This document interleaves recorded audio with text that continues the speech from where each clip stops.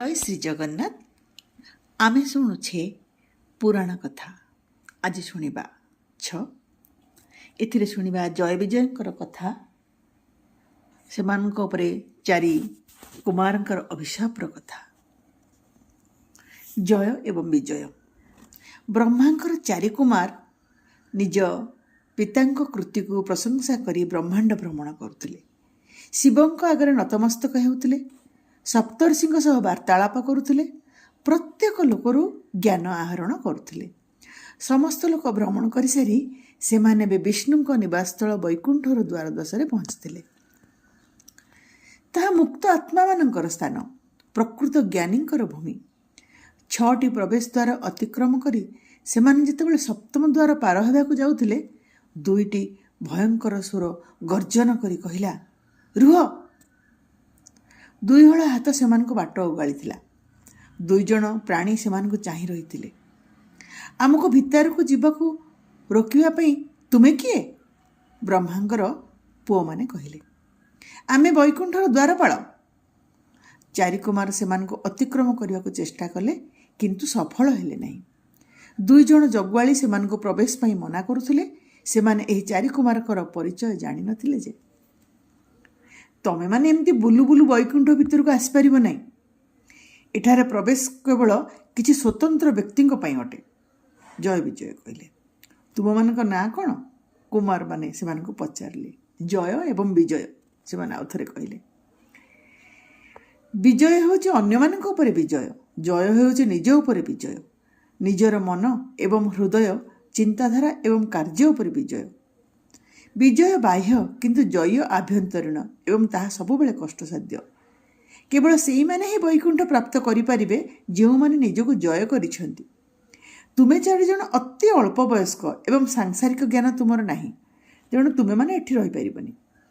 ଆମ ଶରୀର ଶିଶୁ ସଦୃଶ ଦେଖାଯାଉଥାଇପାରେ, କିନ୍ତୁ ଆମେ ବ୍ରହ୍ମାଙ୍କର ମାନସପୁତ୍ର, ଶାଶ୍ୱତ ଜ୍ଞାନର ସନ୍ଧାନରେ ଥିବା ଚତୁଃସନ।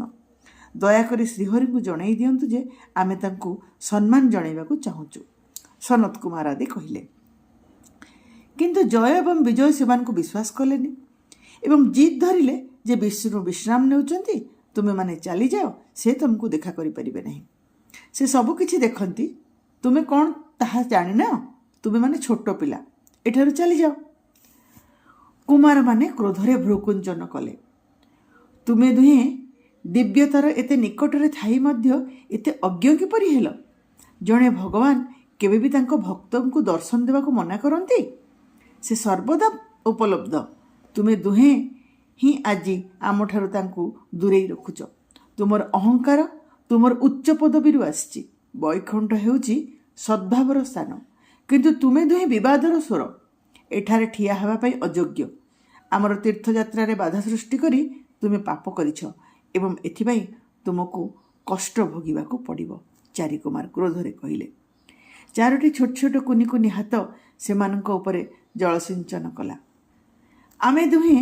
ଆମେ ତୁମମାନଙ୍କୁ ଅଭିଶାପ ଦେଉଛୁ ଯେ ତୁମେ ସ୍ୱର୍ଗର ରୂପ ହରେଇବ। ତୁମେ ପୃଥିବୀରେ ଦୈତ୍ୟ ଭାବରେ ଜନ୍ମଗ୍ରହଣ କରିବ।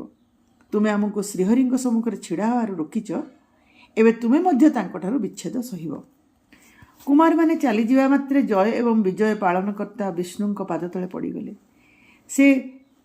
ସେମାନେ ଯାହା କରିଥିଲେ ସେଥିପାଇଁ ଅବଗତ ଥିଲେ ଏବଂ ଯନ୍ତ୍ରଣାରେ ମୁଣ୍ଡ ହଲେଇଲେ। ବ୍ରହ୍ମାଙ୍କର ମାନସପୁତ୍ରମାନେ ପବିତ୍ର ଆତ୍ମା, ତୁମେ ସେମାନଙ୍କୁ ଅପମାନିତ କରିବା ଉଚିତ ନଥିଲା। ବିଷ୍ଣୁ କହିଲେ, ହେ ପ୍ରଭୁ, ଆମକୁ ରକ୍ଷା କରନ୍ତୁ। ସେମାନେ କହିଲେ, ମୁଁ ସେମାନଙ୍କ ଅଭିଶାପକୁ ଓଲଟେଇ ପାରିବି ନାହିଁ, କିନ୍ତୁ ମୁଁ ଏହା ପାଇଁ ଏକ ସମୟ ସୀମା ନିର୍ଦ୍ଧାରଣ କରିପାରିବି। ବିଷ୍ଣୁ ସେମାନଙ୍କୁ ଆଶ୍ୱାସନା ଦେଲେ, ତୁମେ ମୋର ଭକ୍ତ ଭାବରେ 7ଟି ଜନ୍ମ କିମ୍ବା ମୋର ଶତ୍ରୁ ଭାବରେ 3ଟି ଜନ୍ମ ଗ୍ରହଣ କରିପାରିବ। ଥରେ ତୁମେ ପୃଥିବୀରେ ସେହି ଜୀବନକାଳ ପୂରଣ କରିସାରିଲେ ପୁନର୍ବାର ବୈକୁଣ୍ଠକୁ ଫେରି ଆସିପାରିବ। ଜୟ ବିଜୟ ଠିଆ ହେଲେ। ମୋତେ ଭଲ ପାଇବା ପାଇଁ 7ଟି ଜନ୍ମ କିମ୍ବା ମୋତେ ଘୃଣା କରିବା ପାଇଁ 3ଟି ଜନ୍ମ, ତୁମେ କ'ଣ ବାଛିବ? ବିଷ୍ଣୁ ପଚାରିଲେ। ଜୟ ହାତ ଯୋଡ଼ିଲେ, ପ୍ରଭୁ, ପୃଥିବୀରେ 7ଟି ଜୀବନକାଳ ବହୁତ ଦୀର୍ଘ ସମୟ। ଆମେ ଏତେ ବର୍ଷ ଧରି ଆପଣଙ୍କ ଠାରୁ ଦୂରେଇ ରହିବା ସହ୍ୟ କରିପାରିବୁ ନାହିଁ। ଶତ୍ରୁ ରୂପରେ ହେଉ ପଛେ ଆମେ କେବଳ 3 ଥର ଜନ୍ମ ନେବାକୁ ଚାହୁଁ, କିନ୍ତୁ ଦୁନିଆ ତୁମକୁ ନିନ୍ଦା କରିବ, ସବୁଦିନ ପାଇଁ ତୁମକୁ ପରିହାସ କରିବ ଏବଂ ଜଳାଇବ। ବିଷ୍ଣୁ କହିଲେ। ବିଜୟ ହସିଲେ, କହିଲେ, ସେମାନେ ସମସ୍ତେ ଆମକୁ ଘୃଣା କରନ୍ତୁ, ଯଦି ଏହାର ଅର୍ଥ ହେଉଛି ଯେ ଆମେ ଶୀଘ୍ର ଆପଣଙ୍କ ପାଖକୁ ଫେରି ପାରିବୁ। କିନ୍ତୁ ଆମକୁ ଏକ ବରଦାନ ଦିଅନ୍ତୁ। ଜୟ ଅନୁରୋଧ କଲେ, ଯେତେବେଳେ ଆମେ ଆପଣଙ୍କ ସମ୍ମୁଖରେ ଶତ୍ରୁ ଭାବରେ ଠିଆ ହୋଇଥିବୁ, ଆପଣ ନିଜେ ଆମକୁ ବିନାଶ କରନ୍ତୁ। ଆମର ପ୍ରତ୍ୟେକ 3ଟି ମର୍ତ୍ତ୍ୟ ଜୀବନକୁ ଆପଣଙ୍କର ନିଜ ହସ୍ତରେ ସମାପ୍ତ କରନ୍ତୁ, ଯାହାଫଳରେ ଆମେ ପୁଣି ଥରେ ବୈକୁଣ୍ଠରେ ପ୍ରବେଶ କରିପାରିବୁ। ସେମାନେ କହିଲେ। ବିଷ୍ଣୁ ମୁଣ୍ଡ ହଲେଇଲେ, କହିଲେ, ହଁ, ସେଇଆ ହେବ। 2 ଭାଇ ଯିବା ପରେ ବିଷ୍ଣୁ ସେମାନଙ୍କ ଭବିଷ୍ୟତକୁ ଦେଖୁଥିଲେ। ତାଙ୍କ ଶତ୍ରୁ ଭାବରେ ପୃଥିବୀରେ ସେମାନଙ୍କର 3ଟି ଜୀବନ କାଳ। ଏହି ସତ୍ୟ ଯୁଗରେ ସେମାନେ ହିରଣ୍ୟାକ୍ଷ ଏବଂ ହିରଣ୍ୟକଶିପୁ ଭ୍ରାତା ଭାବରେ ପୁନର୍ଜନ୍ମ ନେବେ। ତ୍ରେତୟା ଯୁଗରେ ସେମାନେ ରାବଣ ଏବଂ କୁମ୍ଭକର୍ଣ୍ଣ ଭ୍ରାତା ହେବେ ଏବଂ ଦ୍ୱାପର ଯୁଗରେ ସେମାନେ ଶିଶୁପାଳ ଏବଂ ଦନ୍ତବକ୍ର ଭାଇ ସମ୍ପର୍କୀୟ ସେମାନେ ହେବେ।